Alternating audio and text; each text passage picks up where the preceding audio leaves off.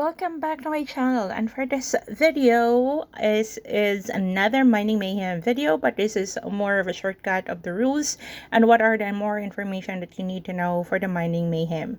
So this will be a two-part video. The first part is we're going to talk about the mechanics, the rules, the buildings, and the schedules.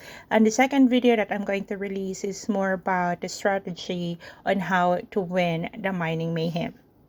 So this event is an alliance event and runs for 9 days, and the goal here is to get or occupy as many research lab as you can, as well as get as many alliance points in your division for you to qualify, and to be the top one in your division, and to match for the finals with the top one of the other division.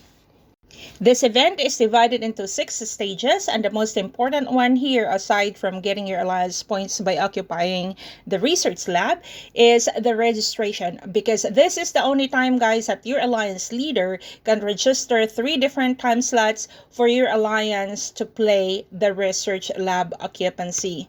So this is important because the common time slot that the 3 alliances pick on the same division will be the time slot for fights all throughout the event.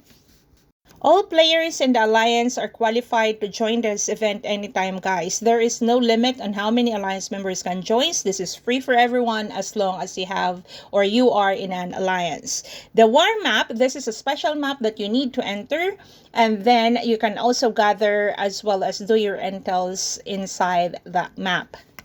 Only the 3 alliances within your division are qualified to challenge the research lab within your division, provided that their roads are connected to the research labs. Whereas any alliances within that map, it means that 6 alliances can actually attack or demolish the auxiliary buildings of any of these alliances, and at the same time they can attack any of the settlements other than their own. So how to play the fights or the challenge for the research lab?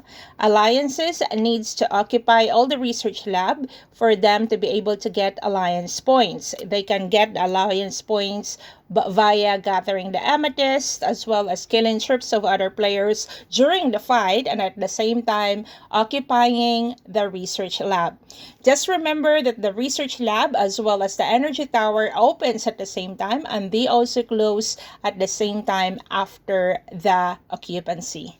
There are 2 different ranking for this event, guys. The first one is the alliance points. The alliance points is the total points that your players are able to collect during the research lab fights. It means that you can only get that by gathering amethyst, at the same time killing the troops of your other players or your opponents during the fight, and at the same time by occupying the research lab. For each stage of this event, there are crates that you can open dependent on the amount of points that you made during each stage. So for you to be able, in case you miss the fights during the research lab, you can get additional points by either killing infected, rallying infected fiend, and gathering food and wood. Next is the occupancy rules. It may look like you need to fight for this research lab, but for day 3 and then day 4, or the first day of the meteorite fights, you don't really need to compete with another alliance to secure the research lab. The reason with this is, like I said in the previous video and earlier today, that you can only challenge the research lab that is connected to your first occupancy. The number 1 that you are seeing on the screen is the mine exploration, and this research lab is called Amethyst, and no one can occupy or challenge that except your alliance. So it means that this number 1 is only exclusive for your alliance. Number 2 on the map can only be challenged by respective alliances because of the rules of no connected roadmap, no challenge of the research lab. However, on day 6 or day 7 and 8, if your alliance failed to secure number 3 that is connected to your number 2s, then alliances or your opponents can challenge the number 2. So for an alliance to get as many alliance points, the only thing that they need to do is try to occupy as many research lab as they can. All the points that your alliance makes for every fight will be added until the end of the fight or the final battle. And for the final battle, whoever have the most alliance points will be the winner. As a reminder, guys, that during this event, this 9 days event, any settlement in that special map can be attacked anytime. And at the same time, the auxiliary buildings can be demolished and attacked anytime as well. Next is the research lab rules. So for every research lab that your alliance occupy, you will have one economic building, and at the same time, you can build one combat building.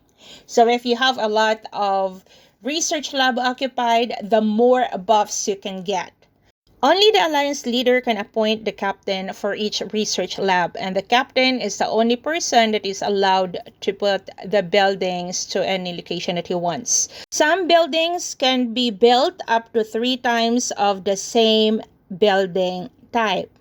Basic timer for the construction as well as the demolishing of these auxiliary buildings will be 5 minutes, and this can be lowered dependent on the amount of troops that is in the building and at the same time the level of troops used. Next is the energy tower rules. Just a reminder, guys, that these energy towers have skills, but the skills will only unlock if you have enough amethyst on the tower. Also remember that not just because you gather amethyst, it will automatically be added, because you need to manually add the amethyst that you have collected, and at the same time you need to manually activate the skills. The energy tower cannot be occupied or attacked, and at the same time that this tower opens and closes the same time with the research lab. Next is the Amethyst mining rules. So the higher the level, there are only 3 levels of mines here, guys. Level 1, level 2, and level 3. And the higher the level, the more amethyst it have, and at the same time, the longer the duration of the gathering. But at the same time, this exact mines as well can be attacked by the alliances that are challenging the research lab within that mine area. So for every stage, there are different crates that you can unlock dependent on the amount of points that you have collected during each stage.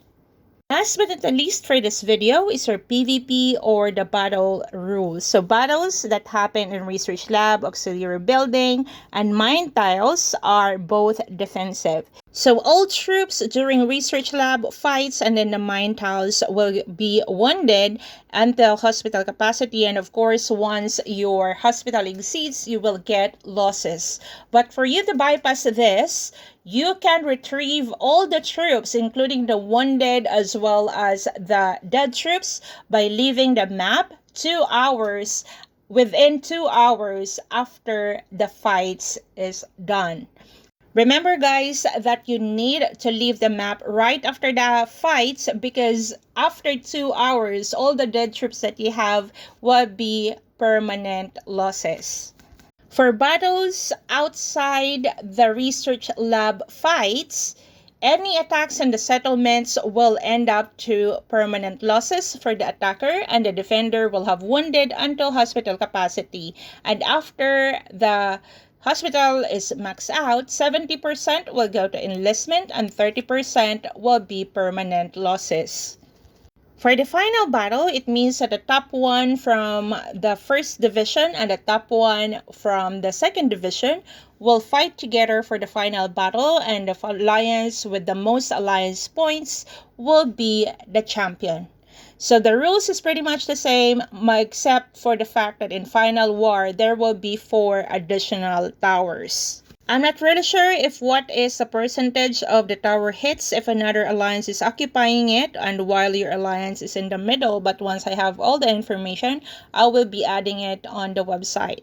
I have to split this video into two, so the strategy or tips on how you're going to win this Mining Mayhem will be on the next video. And at the same time, I will be posting the written version of this guide on my website, and I will be posting it on the community part of my YouTube channel once it is done. So that's it for today, guys, and see you on my next video.